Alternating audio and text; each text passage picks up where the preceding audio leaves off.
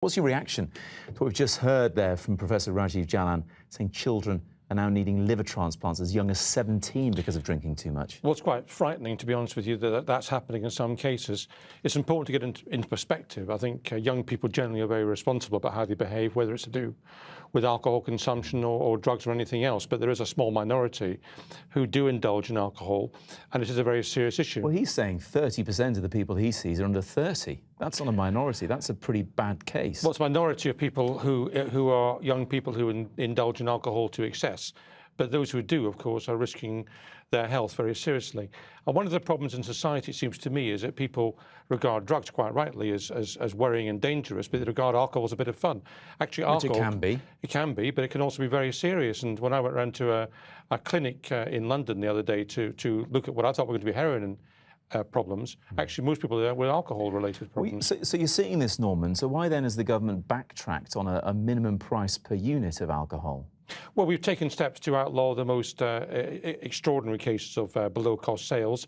That's going through. In fact, I'm at a committee meeting tomorrow morning to deal with that issue. We're looking. We have drinks on our shelves, though. Well, isn't it? It's some of the worst ones, and we're also pushing the industry to take action itself, which they are doing. But we haven't ruled out minimum unit pricing. That's still under consideration.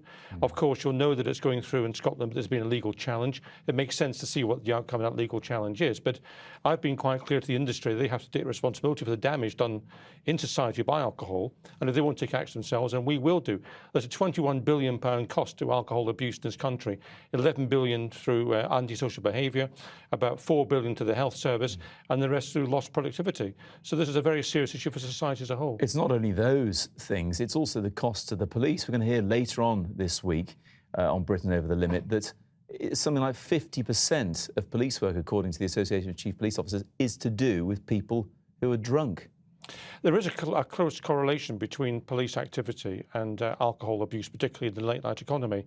That's one reason we brought in late-night levies, to allow councils and police areas to actually charge more for licences beyond a particular point in time, beyond midnight.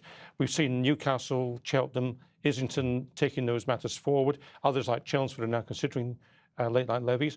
I think they're a good idea and encourage other local authorities to follow suit. You talk about late-night levies. There's going to be, late-night licences already exist, but as the World Cup happens over the summer, pubs want to stay open 24 hours a day. I mean, is that really wise, given what we've seen in the likes of Liverpool and other towns over the weekend? Well, they won't be staying open 24 hours a day unless you get a special licence from the local authority.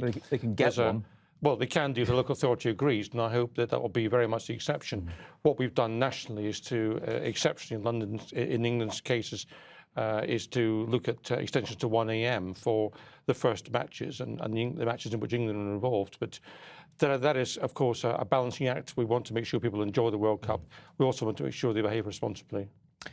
We've got a few messages from our viewers about this, and the first one echoes what we heard the professor saying there. The government, this is from Kim Standage on Facebook, the government needs to put the alcohol drinking age and buying age up to 25. What do you think? That's 7 years above what it is now. Well, I don't think the age is the issue, to be honest with you, because there's also some people who shouldn't be drinking alcohol underage drinking it. No doubt your professor in Liverpool will testify to that.